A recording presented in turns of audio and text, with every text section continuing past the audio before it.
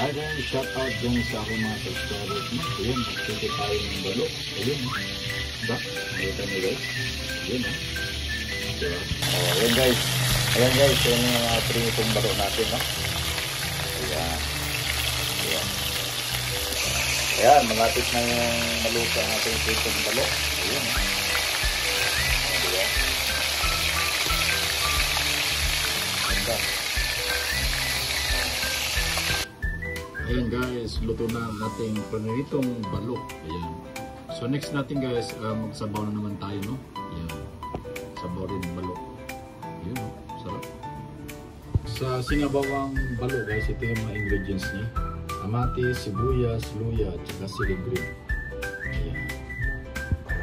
Ayan guys, so ngayon nilagay na natin yung ingredients. At magpakulo na rin tayo ng tubig. Ano? Sa sinabawang balo guys, maglagay kayo ng kamote tops. Ayan. Ayun. Ayan guys, kumukulo na. Ilalagay na natin yung isda, no?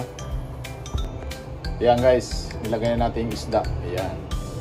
So ngayon, ay pag kumulo na yan, susunod natin yung kamote tops. Then titimplahan nyo na rin guys, asin. Ayan. Ako kasi guys, hindi ako naglagay ng magic sarap, bitchin. So kami asin lang, panimpla konti, lagyan asukal, patis konti. Ayan. Ayan guys, kumulo na, ilagay natin yung siling green. Ayan. Diba? Sarap yan guys. Ngayon guys, medyo kano siya. Ayan. Kita nyo. Luto na yung isda. Ilagay na natin yung kamote tops. Ayan. Ayan guys, nilagay na natin yung kamote tops. Ayan. Sarap. So ayan na guys, luto na ang ating sinabawang balo. Ayun, sarap. Ayan guys. Salamat guys sa kanyang panonood, no? Ayan, mag-subscribe, mag-like and share.